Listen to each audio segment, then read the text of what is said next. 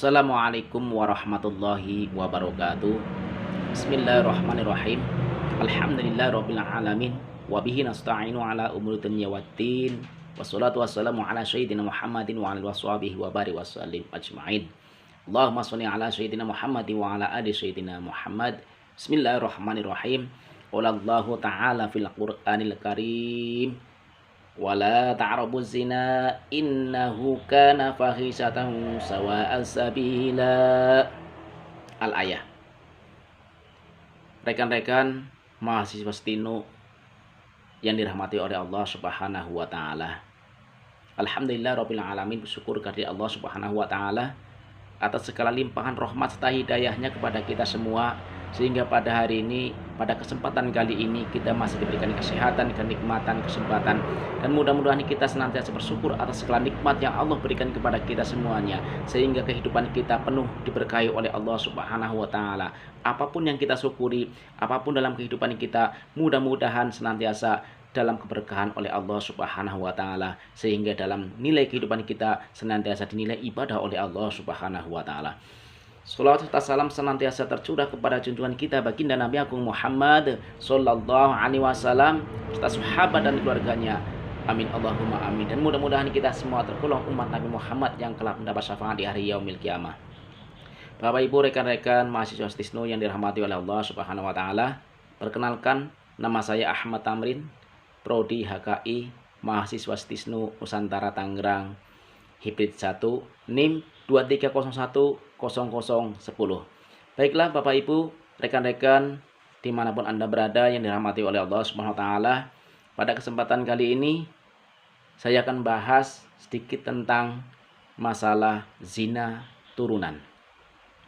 Bapak Ibu dirahmati oleh Allah Subhanahu wa taala, tentu kita pahami semuanya bahwa perbuatan zina itu sangat keji, sebagaimana yang sebutkan di mukadimah tadi dalam surat Al-Isra ayat 32, wala ta'rabu zina, dan janganlah engkau dekati zina, innahu kana fahisatan sawa'a sabila, karena itu sungguhnya adalah perbuatan keji dan seburuk-buruknya cara. Bapak Ibu dirahmati oleh Allah Subhanahu wa taala, dampak dari perbuatan zina ini akan berefek, berimbas kepada rusaknya nasab keturunan, yang tentunya kalau tidak dipahami dan dimengerti oleh umat Islam pada umumnya, tentu orang-orang awam dalam tanda kutip yang belum memahami ini semuanya akan berakibat kepada nasab dan keturunannya. Seandainya ini tidak dipahami, maka akan terjadilah zina turunan dan sebagainya.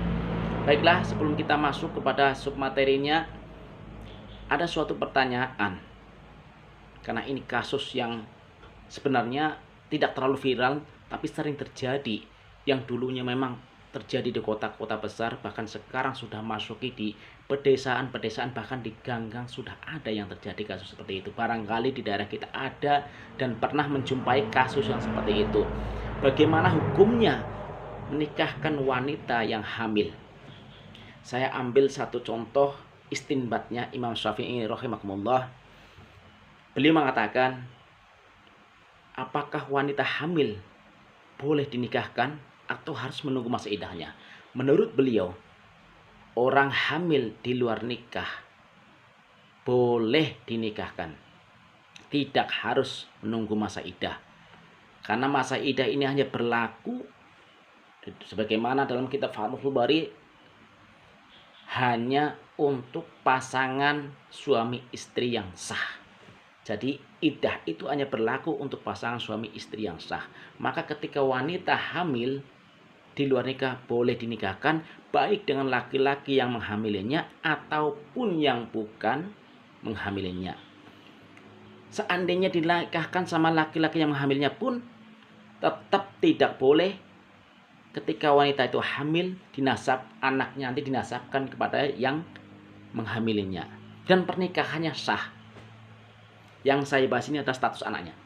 Kemudian yang kedua, seandainya dinikahi oleh orang lain atau oleh orang yang bukan menghamilnya pun tetap juga sah dan tetap tidak boleh dinasabkan kepada bapaknya. Yang menjadi permasalahan nanti ketika anak itu lahir dan anak itu seorang wanita, maka merujuk kepada rukun daripada nikah. Yang pertama ada mempelai laki-laki, ada mempelai perempuan, ada wali nikah. Nah, yang saya garis bawahi di sini adalah wali nikah. Nah, ketika si bapak walaupun yang menikahi adalah orang yang menghamilinya dan menganggap itu adalah anak kandungnya, tapi secara hukum agama dia tidak boleh dinasabkan kepada ayah yang menghamilinya. Maka seandainya dia tidak mau berterus terang dan dia mengakui bahwa itu anak kandungnya dan dia menjadi walinya, maka pernikahan anak itu menjadi tidak sah. Seandainya itu terjadi, maka terjadilah dosa turun dan terus akan ke cucunya terus, karena dari hasil yang tidak sah. Itulah maka Islam sangat melarang terhadap zina, karena merusak kehormatan, merusak nasab, dan merusak hukum-hukum yang ada. Maka barangkali inilah yang perlu kami sampaikan. Mudah-mudahan ini menjadi ikhtibar buat kita semuanya dan kita dijauhkan dari segala macam musibah ini semua. Na'udzubillah min dzalik. Mudah-mudahan kita senantiasa dalam lindungan Allah SWT. Terima kasih. Andai kata ada pertanyaan silahkan di kolom komentar di bawah ini. Terima kasih. Assalamualaikum warahmatullahi wabarakatuh.